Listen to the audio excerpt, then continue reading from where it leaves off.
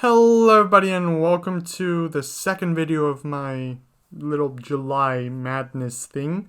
This one's the second part of what if Deku had the Omnitrix or found the Omnitrix or however you want to call it. I do hope you enjoy all my little custom designs for the aliens I've been going for. It's been really hard doing them and I've been asking you guys feedback on them on the Discord server, which you can join if you want to see this stuff early, like not the video but the aliens. You can join it in the description below. That out of the way, enjoy the video after that intro.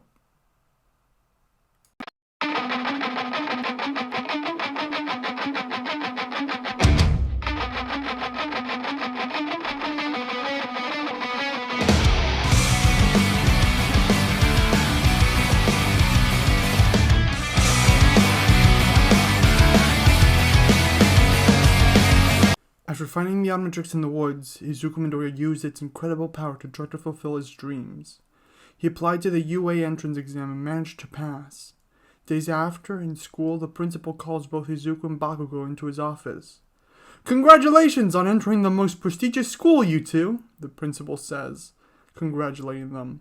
"I can't believe we have not one, but two students from our school heading off to UA. And to think you're one of them, Midoriya. It's a miracle." He goes through a couple of formalities before dismissing the boys. As soon as they are dismissed, Bakugo asks Midoriya to follow him.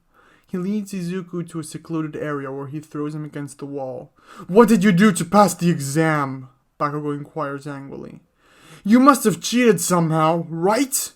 I'm supposed to be the first and only student from this crappy school to get into UA, but you had to go and screw that all up!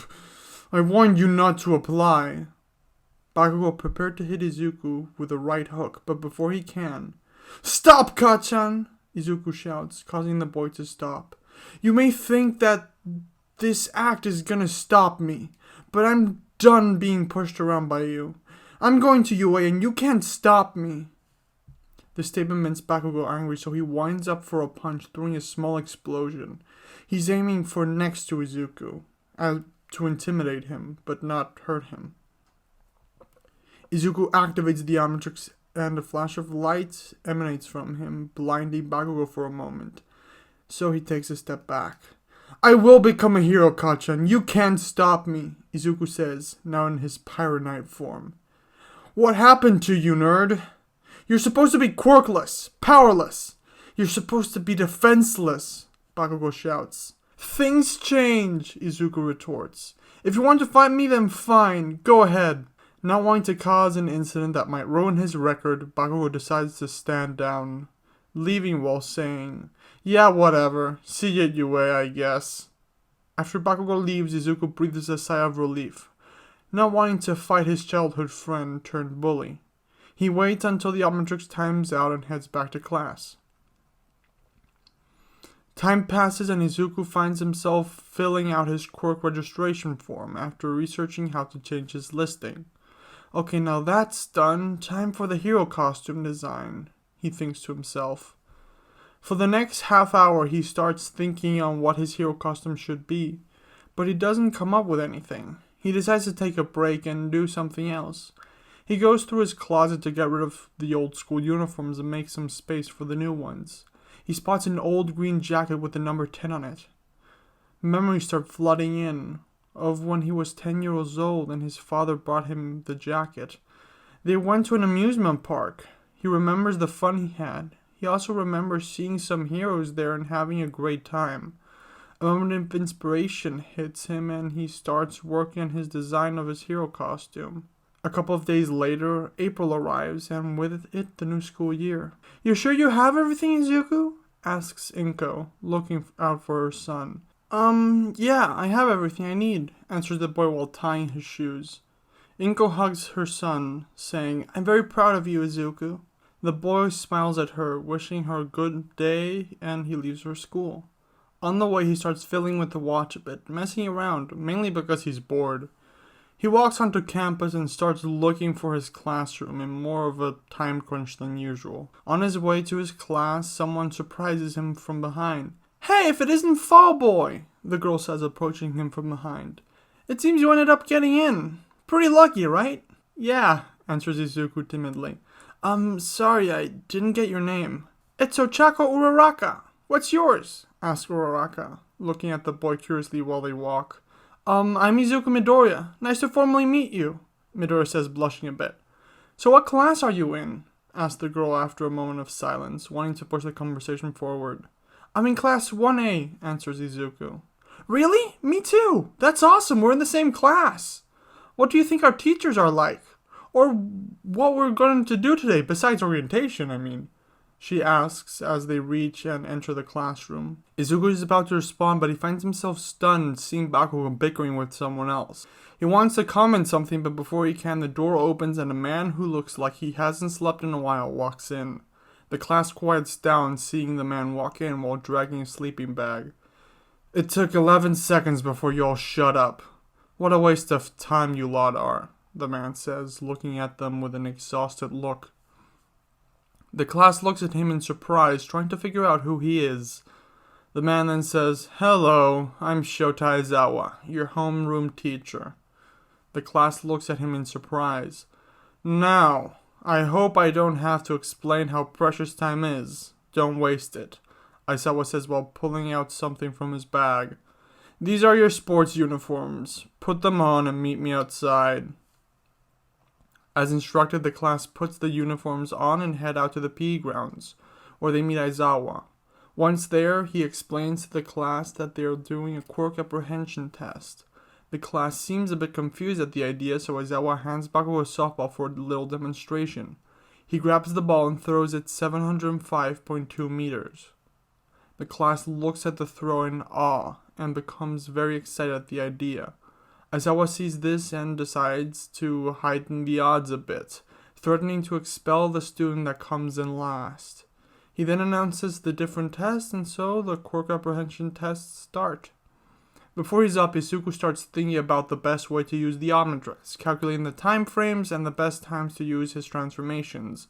He mumbles it out loud, freaking everyone out, so Uraraka pats him on the back and says, Don't stress about it. With your transformation quirk, you'll be fine. It's not that I'm stressed, I'm just trying to figure out the best way to use each transformation, considering my time limit, Izuku comments. Oh right, that's the reason you turned back in midair last time, Uraraka says. Aizawa looks at the boy, remembering the entrance exam. He thinks to himself, seems he has a better understanding of his time limit and an overview of it than I thought. Midoriya, Bakugo, you two are up next, he says, ordering them to the 50-meter dash platform. Okay, so first it's the dash, and then the standing long jumps.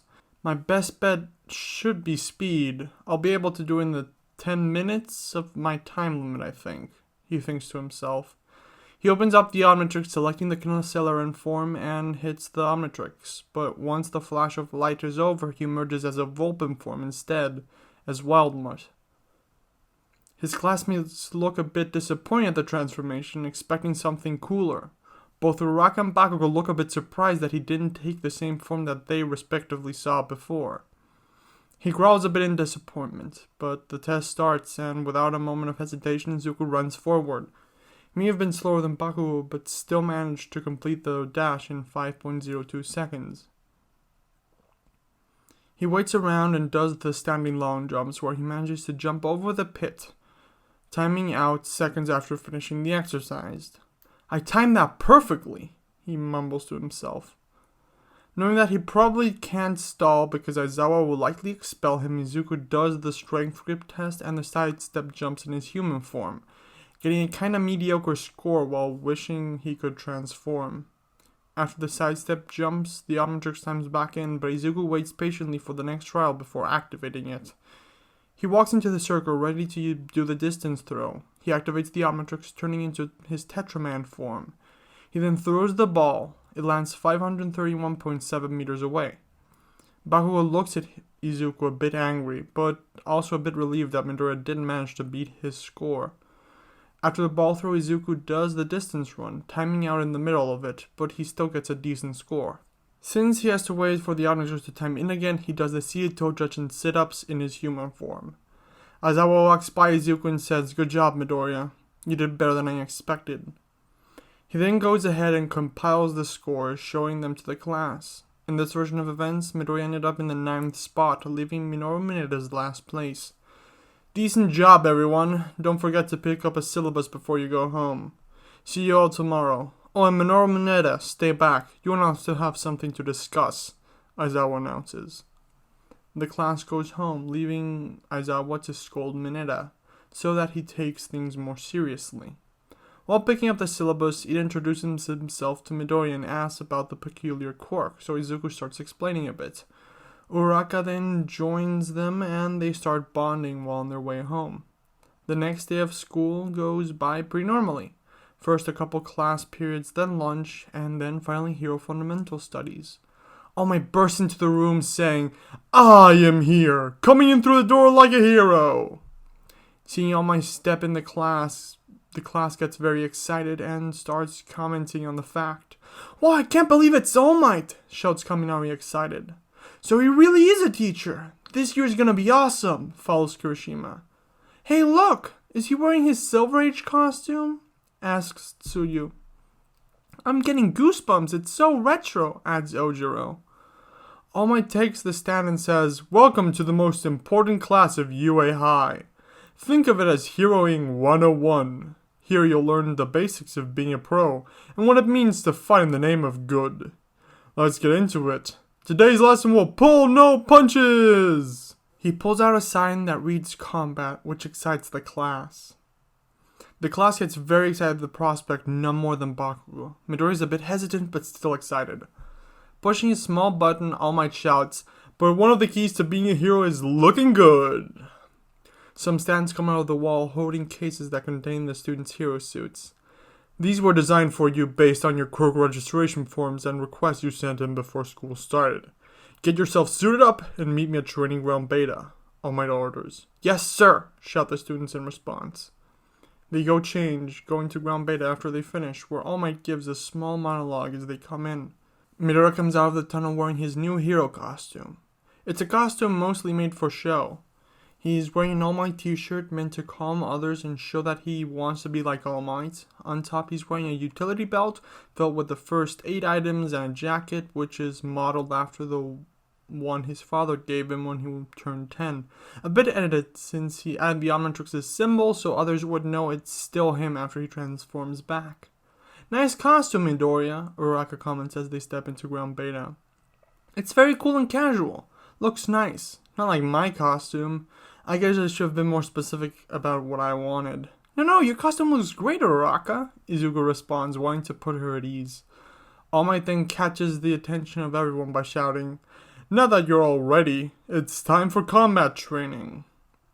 Ida examines the surrounding area and raises his hand and asks, "Sir, this is the model city from our entrance exam. Does that mean we'll be conducting urban battles again?" "Not quite," answers All Might. "I'll be moving you 2 steps ahead. Most of the villain battles you see on the news take place outside. However, statistically speaking, run-ins with the most dastardly evildoers take place indoors. Think about it. Backroom deals, home invasions, secret underground layers. Truly intelligent villains stay hidden in the shadows. For this training exercise, you'll be split into teams of good guys and bad guys and fight 2-on-2 indoor battles." "Isn't this a little advanced?" asks Tsuyu. "The best training is the one you get on the battlefield," answers All Might. "But remember, you can't just punch a robot this time. You're dealing with actual people this time." All Might is then barraged by questions. He answers them by pulling out a script and explaining the exercise in detail. When he finishes explaining, they draw lots to determine the teams and their opponents. As in the main version of events, the matches are Midoriya and Uraraka vs. Ida and Bakugo, Shoji and Todoroki vs. Hagakure and Ojiro, Tokoyami and Tsuyu vs. Kirishima and Zero, Kaminari and Jiro vs. Mineta and Yayorozu, and Aoyama and Ashido vs. Sato and Kota. Izuku's a bit nervous about having to fight Kachan, but prepares himself for the inevitable. Mentally at least. All Might tells everyone, except the 4 students to do the exercise, to head to the monitoring room. He then hands the students a capture tape and an earpiece in order for them to communicate with one another. He shows the villains the way to the weapon, gives them a couple words of encouragement, and heads to the monitoring room himself, giving the 2 teams a couple of minutes to strategize. "Do you think they expect us to memorize this building's floor plan? It's so big," asked Uraraka. You know, All Might's just as cool in person as he's on TV. I'm glad he isn't threatening us with some sort of punishment like Mr. Aizawa. She looks over at Izuku, who's fiddling with his watch. Right, he says without paying much attention. So what transformation are you going to turn into? Maybe the red one? The one with the forearms? That's a pretty good name, actually, she comments. No, I'm not using... What do you just call it? Forearms? I'm not so sure how that form will fare against Bakugo. I'm gonna go with a bit more resilient one. Knowing him, he'll try something very brash and go after me without backup.